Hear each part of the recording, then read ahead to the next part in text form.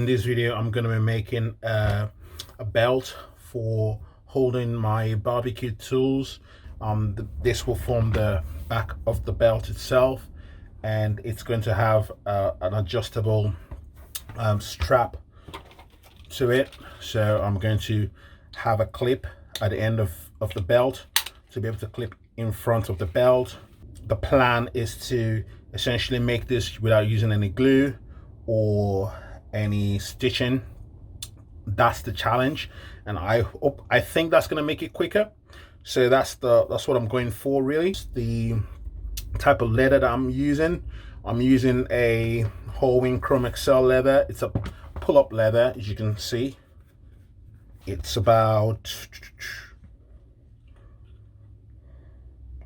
it's about 2 mil thick, just slightly over 2 mil thick.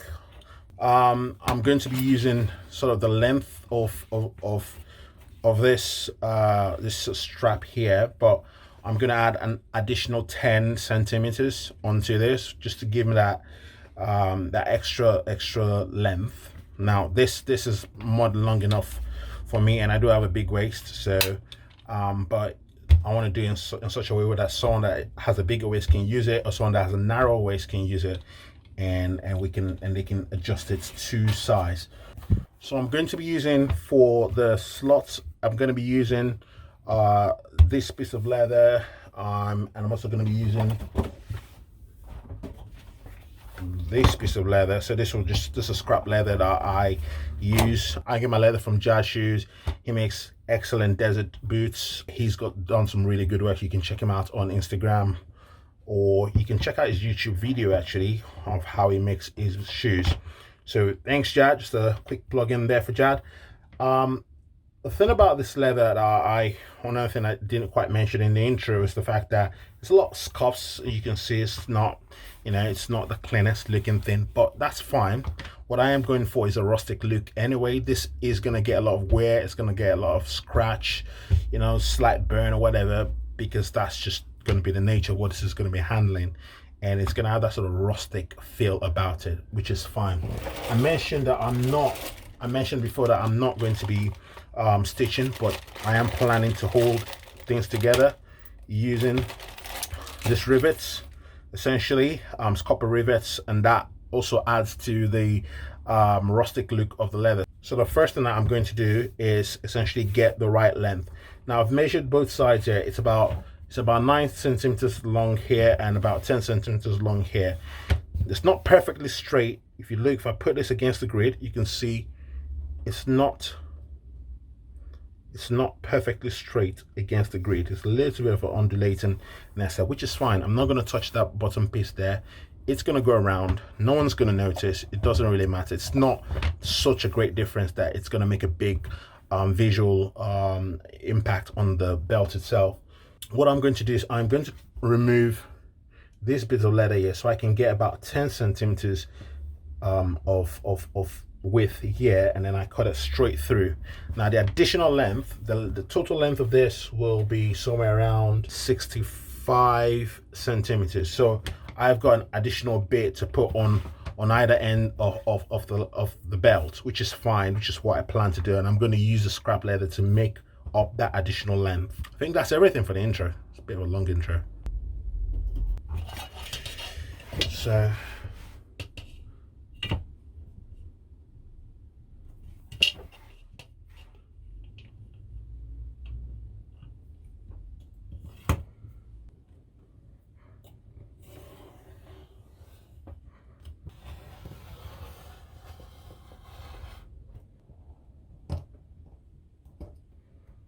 okay, that's that one there. This one here.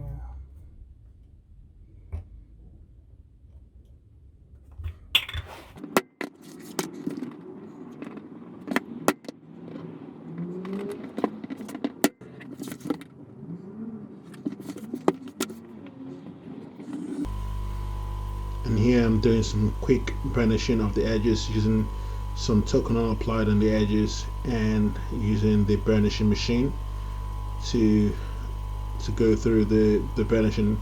As it's quite a long piece of leather, I'm sort of sparing myself the effort to burnish everything entirely by hand. So this is a quick way to get the burnishing of the edges done. So that's done now. I can rest easy, put that aside. I've measured the length of the main strap, and that's about 66 centimeters, and then I need 44 centimeters to make up the ends of either to give them that length, because I was going for a total length of 110 centimeters. So 66 plus 44 will give you that magic number, and I'm gonna get 22 centimeters length each from this scrap piece of leather here. So one of the trickiest things to do is sort of cut so nice angled shapes from, you know, scrap piece of leather like that. It's always good to use a tri ruler. That sort of helps you get your angles correct. You know, you're not going to go wrong there. So I'm just going to drop my length again. Remember, I'm going for 22 centimeters. I've got more than enough of that length on this tri ruler here, and I'm going for essentially 8 centimeters in width. So I'm cut a bit longer than 22. Why not? So it's better to cut a bit longer than to cut short, because then you can always cut down. It's just neater. So that's that. Cutting it this way means that I have essentially a perfect angled shape that I can cut out of. I don't have to worry about how straight my work is gonna look. So this is all measuring. It's important because this part of the belt is more visible than the back of it, so it's useful to make sure that it's a bit more aligned and symmetrical than sort of the other part of the back of the belt, which I wasn't too concerned about the unevenness, shall we say. So that's it. I'm going to essentially have to whittle down, or just cut down this piece here so that it can go around, go into this area here. So still a bit of work to do on that, but this is essentially what I'm looking for.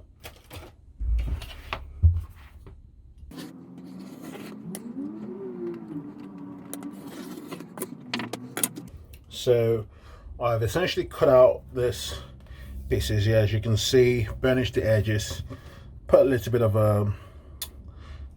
a indentation in the cut to just make it look a bit more interesting. One thing though that I have done differently was that, because I said I was going to cut about 22 centimeters, and that was the other piece which I cut 22 centimeters, but I still felt like it didn't give me as long enough length as I needed for having to just give you a bit more flexibility in terms of the adjustment of the belt. So I felt like I needed to cut something a bit longer that will give me a bit of length, but also some space that I can attach some sleeves onto, which is why I've cut out this longer piece. But not all is lost. This is nice, and this is a nice piece, and I can cut out the sleeves from this piece, so I'm still going to use this, not all wasted.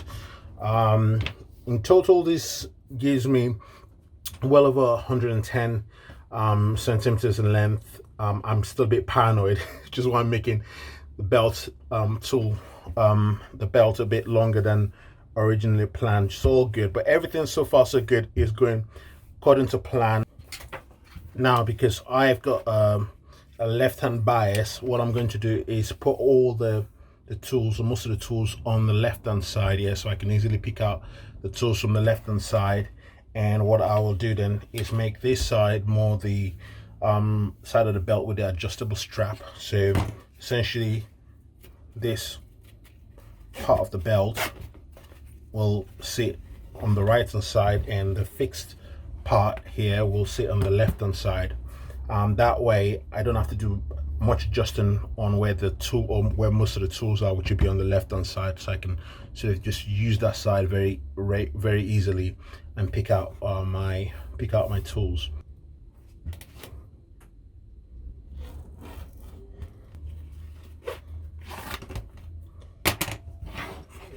this bit out.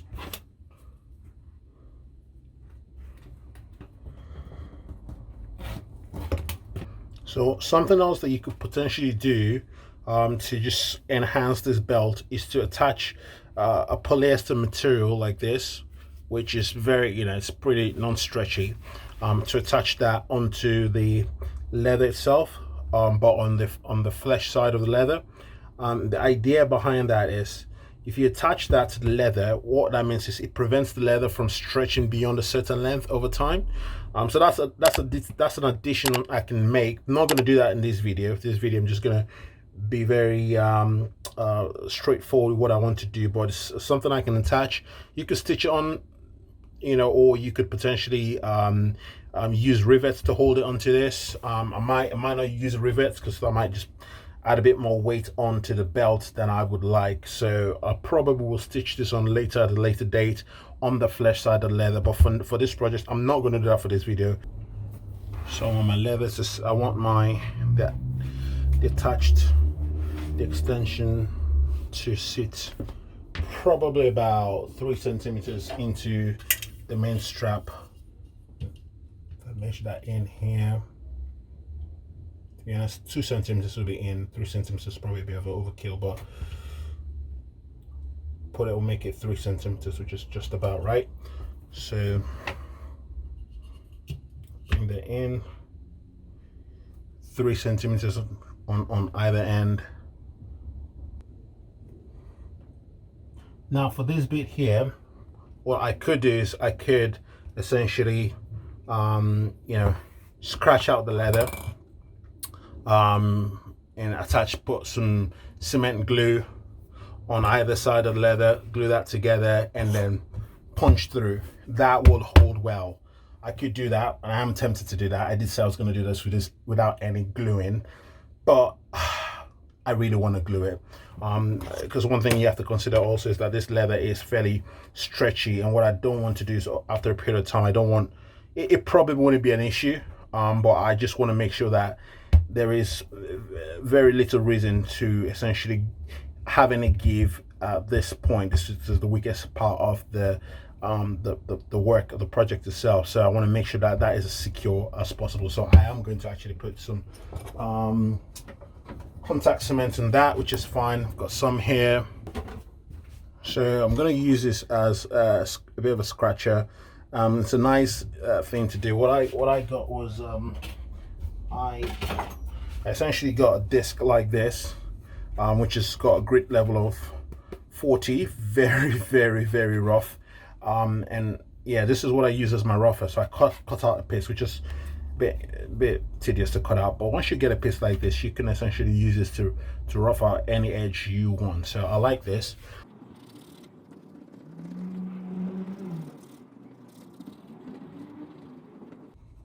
For those that know where you do this, to essentially maximize the surface area which you're going to be gluing, or to maximize adhesion. And rough out the flesh side, which you typically wouldn't do, but I'm doing anyway, because I want to make sure that when I apply this extension to the belt, it's not going to go anywhere. That's my aim. That's essentially my priority at this point. So we're going full belt and braces.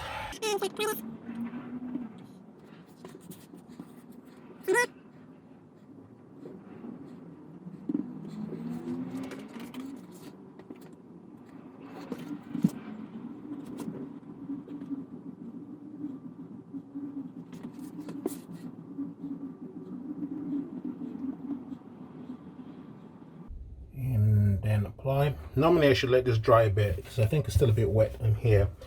You know what, I'm not going to stick it on yet because you can still see it's still quite wet. Same with this. The general appreciation is get a bit tacky first before you apply them.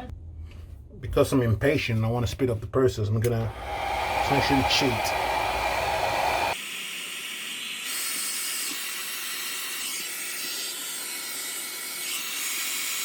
So I'm gonna stick this on now.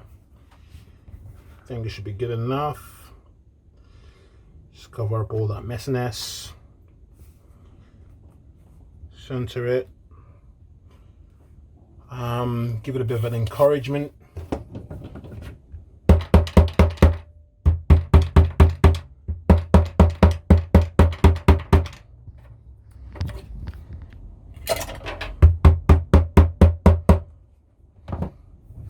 So that's done.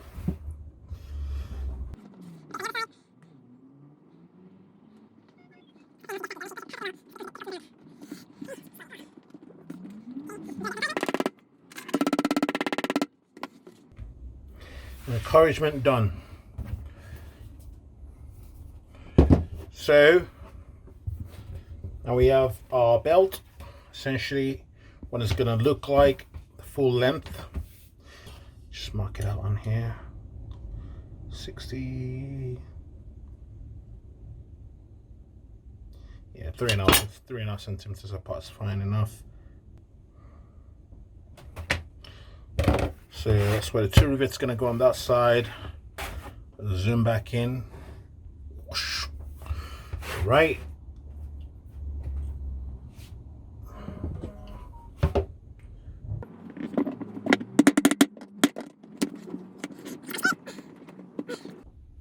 Now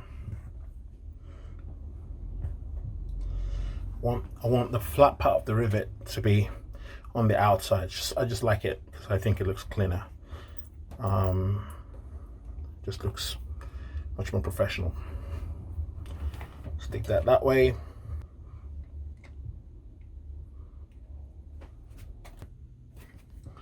So I'm gonna get a piece of leather, scrap leather, and put it underneath here. The reason being, I want to make sure that I don't, just want to protect the leather.